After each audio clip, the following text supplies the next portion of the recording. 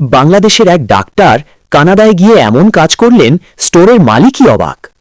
বাংলাদেশের একটি প্রাইভেট হাসপাতালের ডাক্তার চাকরি ছেড়ে কানাডায় গেলেন, কিন্তু লাইসেন্স না থাকায় তিনি একটি ডিপার্টমেন্টাল স্টোরে সেলসম্যান হিসেবে কাজ শুরু করলেন।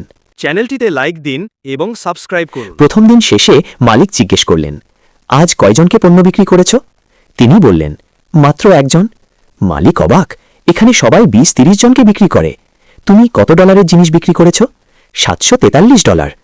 ডক্টর বললেন, প্রথমে তাকে ছোট মাছ ধরার বড়শি বিক্রি করলাম, তারপর বড় রড, ফিশিং গিয়ার, শেষে 2 ইঞ্জিনের নৌকা আর খাবারও। মালিক বললেন, ও তো একটা বড়শি কিনতে এসেছিল। ডক্টর হেসে বললেন, না স্যার, তিনি এসেছিলেন মাথা ব্যথার ওষুধ কিনতে। আমি বলেছি মাছ ধরলে মাথা ব্যথা থাকবে না। মালিক জিজ্ঞেস করলেন, এর আগে তুমি কি কাজ করতে? লোকটি শান্তভাবে বলল, আমি বাংলাদেশে একটি প্রাইভেট হাসপাতালে ডাক্তার ছিলাম। দরকার না থাকলেও রোগীদের বলতাম, প্যাথোলজি টেস্ট করান, ইকো করান, ECG, CT scan, X ray, MRI লাগবে।